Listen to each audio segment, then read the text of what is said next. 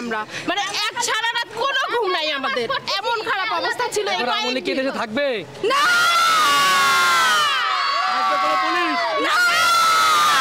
আমরা আমাদের ভাইয়ের রক্তের বিনিময়, আমাদের ভাইয়ের রক্তের বিনিময়ে দেশ স্বাধীন হয়েছে। আমরা 2024 সালে একটি যুদ্ধ ঘোষণাতে আমরা অংশগ্রহণ করেছি, সে যুদ্ধটা আমরা পাশ করেছি, আর তাই সেই অনুভূতিতে আমরা বলতে চাচ্ছি এই পলাইছে রে পলাইছে, পলাইছে রে পলাইছে, পলাইছে রে পলাইছে, পলাইছে রে পলাইছে।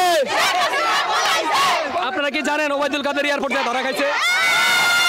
আপনারা জানেন শামীম ওসমান বোরকাঘাত দিয়ে আবারও পলাইছে? আপনারা কি জানেন বেরেশা সুমন তো এখন বোরকাঘাত দিয়ে সৌদি আরব যাচ্ছে?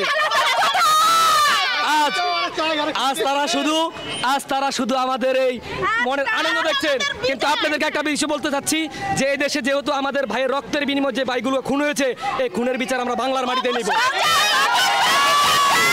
বাংলার মাটিতে তাদের খুনের বিচার নিতে থাকি বলেন।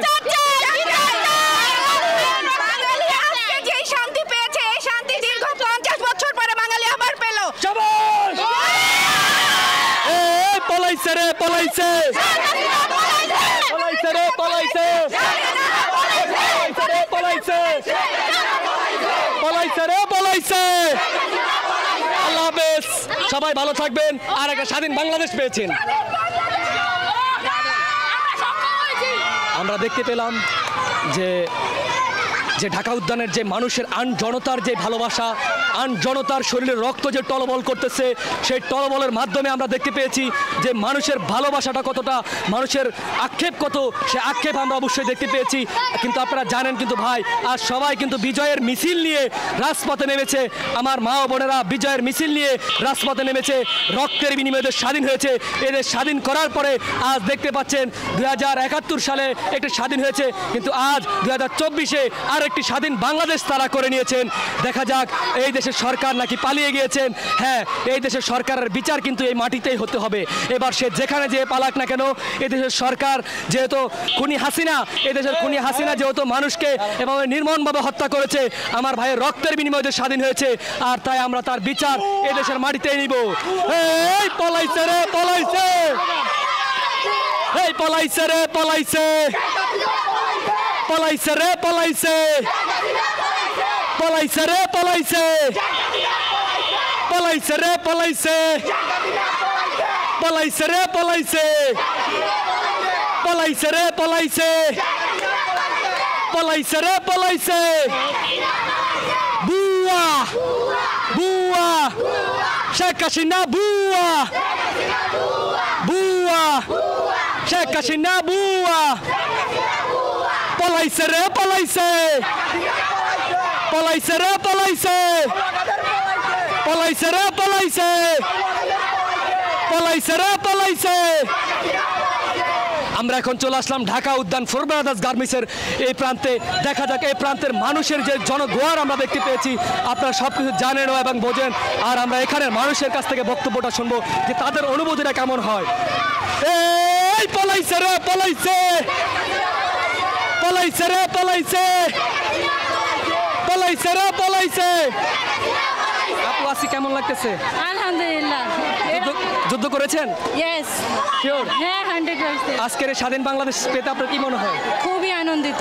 যাক, আমরা কথা বললাম যে স্বাধীন বাংলাদেশ করে তারা একটি যুদ্ধ ঘোষণা করে ছাত্র সমাজ কিন্তু জিতে গিয়েছে, আর কিন্তু হচ্ছে হলো গিয়ে যে কিছু বসতে হবে।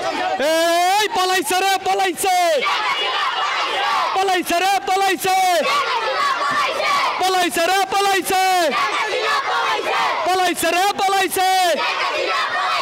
এই মুহূর্তে খবর এলো, এই মুহূর্তে খবর এলো, কাউয়া বুয়া, কাদিরা বুয়া।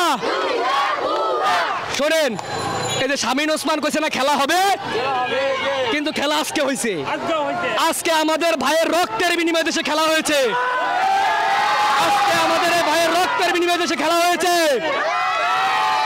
খবর পাইছেন? কাউয়া কাদের, শামীম ওসমান, তারপর ওবায়দুল কাদের এয়ারপোর্ট ধরা খাইছে। পলাইছে রে পলাইছে, কাউয়া কাদের আমরা জানতে পেরেছি এয়ারপোর্ট বোরকা গায়ে দিয়ে গেছে। আজ 11টার নিউজ ওবায়দুল কাদের, কাউয়া কাদের, তারপর হচ্ছে গিয়ে আপনার শামীম ওসমান সব গেছে। এই পলাইছে রে পলাইছে, পলাইছে রে পলাইছে, পলাইছে রে পলাইছে। আজ আমরা একটা স্বাধীন বাংলাদেশ পেয়েছি। সবাই খুশি তো? সবাই খুশি তো? এ পলাইছে রে পলাইছে, পলাইছে রে পলাইছে, পলাইছে রে পলাইছে, পলাইছে রে পলাইছে, পলাইছে রে পলাইছে, পলাইছে রে পলাইছে, পলাইছে রে পলাইছে, পলাইছে রে পলাইছে, পলাইছে রে পলাইছে, পলাইছে রে পলাইছে, পলাইছে রে পলাইছে। আপনারা দেখতে পেয়েছেন ঢাকা উদ্যান ফোর ব্রাদার্সের গার্মেন্টসের পাশে যে মানচিত্র আমরা দেখতে পেলাম, সেই মানচিত্রতে আজ সবার একই গান একই সুর, এ পলাইছে রে পলাইছে। শেখ হাসিনা পলাইছে, সবার কিন্তু একই স্লোগান, একই গন্তব্য, একই বক্তব্য, একই সব কিছু বিসর্জন নিয়ে আজ কিন্তু আমরা দেখতে পেলাম এই ঢাকা উদ্যান যে মোহাম্মদপুরের যে গার্মেন্টসে